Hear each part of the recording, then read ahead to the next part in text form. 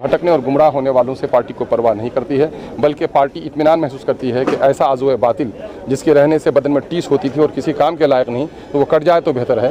तो मुनाफिकीन की वो जमात हमसे अलग हो गई है, तो उससे पार्टी इत्मीनान महसूस करती है। लेकिन वैसे लोगों का ये भी कहना है कि पार्टी में अख्तरुल ईमान का और अदर लोगों के साथ रवैया सही नहीं। क्या यकीनन है कि जाने वालों को कुछ तो शिकवा करना पड़ेगा, चूँकि उनकी कीमत अच्छी बोली लगाई गई थी। वो बिकने के लिए बहुत दिनों से बेचैन थे बेचारे, है ना। छुप छुप कर मिलना किनका था किनसे। पार्टी के वसूलों से अख्तरुल ईमान ने इनहराफ नहीं किया, पार्टी के वसूलों से इनहराफ उन लोगों ने किया और ये बेचारे गए नहीं हैं, इनको ख़रीदा गया है, ये बिक गए हैं। और सबसे बड़ी बात यह है कि हम सहाफ़ियों के लिए, अहले नज़र के लिए पैगाम देना चाहते हैं कि बिहार में बरसों से मुस्लिम कमज़ोर तबक़ात की कोई क़यादत सामने में न थी और इन 75 सालों के बाद एक पहली क़यादत सामने में आई, तो इसका गला मरोड़ने का और गला दबाने का काम किसी ने किया है। तो वही लोग हैं जो लोग मुसलमानों के ऊपर उठाने की बात करते हैं लफ्ज़ी के साथ, और राजद ने इसका गला दबाने का काम किया है।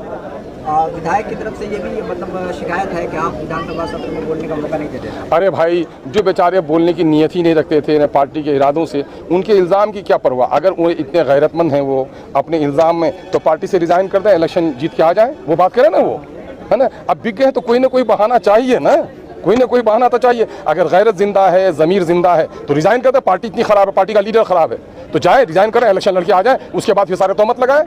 बहुत देरी से आप हरकत में आए हैं, पहले से आप लोग बहुत ज़्यादा प्रचार प्रसार नहीं कर रहे थे इन जगहों पर जहाँ पर आए। विधायक टूटने के बाद आप लोग जगह जगह प्रोग्राम कर रहे हैं, क्या लग रहा है? नहीं, पार्टी की अपनी पॉलिसी थी। विधायक का एक तो यही कहिए कि उन्हीं लोगों को अपनी कश्तियों को ठीक करने में हम लोग का बहुत वक्त लग रहा था। 3 महीने के बाद ही वो लोग बेचारे बिकने के लिए तैयार थे।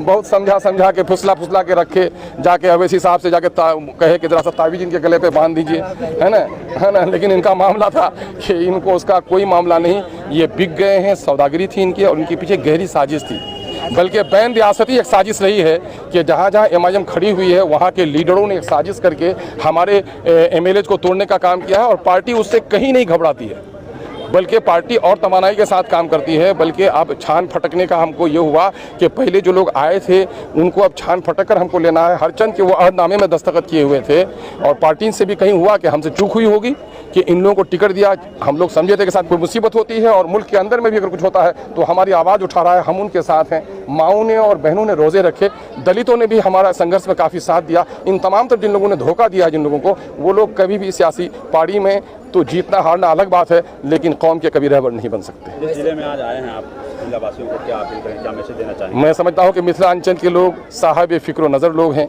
हिम्मतवर लोग हैं। वो अपने झंडे को अपने हाथ में लें और अपनी क़यादत को आगे बढ़ाएं। पहले बच्चा आगोश में न था तो पड़ोसन के बच्चे को गोद लेती थी माएँ, लेकिन अपना बच्चा है तो अब अपने आगोश में अपने बच्चों की परवरिश कीजिए। वैसे लोगों की जहन साजी कैसे करेंगे जो लोग कहते हैं कि बीजेपी की सहयोगी पार्टी है? नहीं, ये बेचारे वो करते हैं, एक तो वो बेचारे कुछ नादान है, इसमें दूसरों के बहकावे में आ जाते हैं। लेकिन इसमें बड़ी तादाद उन लोगों की है जो लोग दूसरे पार्टी की दलाली करते हैं, है ना। 75 सालों तक तो एमआईएम इस अंदाज में नहीं आई थी।